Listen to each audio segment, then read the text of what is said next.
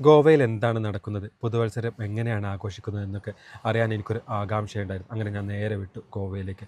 ബീച്ചുകളുടെ ഒരു കലവറ തന്നെയാണ് ഗോവയിലുള്ളതെങ്കിലും ബാഗ ബീച്ചിലാണ് ഏറ്റവും കൂടുതൽ ആഘോഷം നടക്കുന്നതെന്നറിഞ്ഞ് ഞാൻ നേരെ വിട്ടു ബാഗ ബീച്ചിലേക്ക്. അങ്ങനെ അവിടെ എത്തിയപ്പോൾ തലയും വാലുമില്ലാത്തൊരു നടത്തമായി പോയി എൻ്റേത്. കാരണം ഞാൻ ആകെ അന്ധാളിച്ച് പോയിട്ടോ ഈ കാഴ്ചകളെല്ലാം തന്നെ കണ്ടു. ദുബായിലൊക്കെ പോയിട്ടുണ്ടെങ്കിലും ഇതുപോലൊരു കാഴ്ച ഞാൻ കണ്ടിട്ടില്ല കേട്ടോ. ഓപ്പൺ ആയിട്ട് തന്നെയാണ് ബാറുകളെല്ലാം തന്നെ ഉള്ളത്. ബീച്ചിലേക്ക് അങ്ങ് നടന്നു പോകുമ്പോൾ ഇതുപോലെ ഒരുപാട് നടക്കാനുണ്ട്. അവിടെയൊക്കെ ഡിജെയുടെ അപാര സൗണ്ടും ഡാൻസും എല്ലാം പാടെ കണ്ടിട്ട് ആകെ തളിച്ച് പോയിട്ടോ. ബീച്ചിലേക്ക് പോയപ്പോൾ ലൈറ്റുകൾ കൊണ്ടുള്ളൊരു തരംഗം തന്നെയായിരുന്നു. പിന്നെ ഈ ബീച്ചിലൊക്കെ ഇതുപോലെ ഇരിക്കാനുള്ള ഒരുപാട് സെറ്റപ്പുകൾ ഉണ്ട് കേട്ടോ. നമുക്ക് ഇവിടെ നിന്ന് ഭക്ഷണം കഴിക്കാം. ആരും ഭക്ഷണമല്ല കഴിക്കുന്നത്, എല്ലാവരും ഡ്രിങ്ക്സ് ചെയ്തുകൊണ്ടിരിക്കുകയാണ്. അതുപോലെ തന്നെ ഹുക്ക വലിച്ചുകൊണ്ടിരിക്കുന്നത്. പോലീസൊക്കെ വളരെ കുറവ് പോലീസ് മാത്രമേ ഉണ്ടായിരുന്നുള്ളൂ കേട്ടോ. അത്രയും കൺട്രോൾഡാണ്.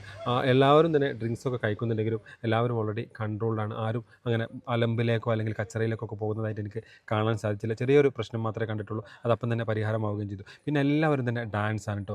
ആർക്കും തന്നെ ഭക്ഷണം വേണോ എന്നുള്ളതൊന്നുമല്ല, എല്ലാവരും തന്നെ ഡ്രിങ്ക്സ് ചെയ്തുകൊണ്ടിരിക്കുന്നു, ഡാൻസ് കളിച്ചുകൊണ്ടിരിക്കുന്നു. വളരെ എന്താ പറയുക, വേറൊരു ലോകം തന്നെയാണ് കേട്ടോ ഗോവയിലേക്ക് കാണാൻ സാധിച്ചത്.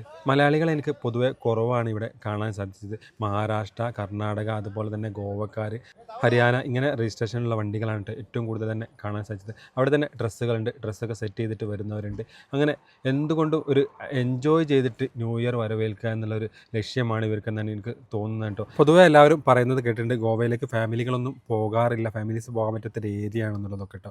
പക്ഷേ നോർത്തിലാണ് ഇതുപോലെ ഒരു ആഘോഷമൊക്കെ നടക്കുന്നത് എന്നാണ് എനിക്ക് അവിടുന്ന് മനസ്സിലാക്കാൻ സാധിച്ചത്. ഇനി ഗോവയുടെ കൂടുതൽ വിശേഷങ്ങൾ നമുക്ക് അടുത്ത വീഡിയോയിലൂടെ കാണാം.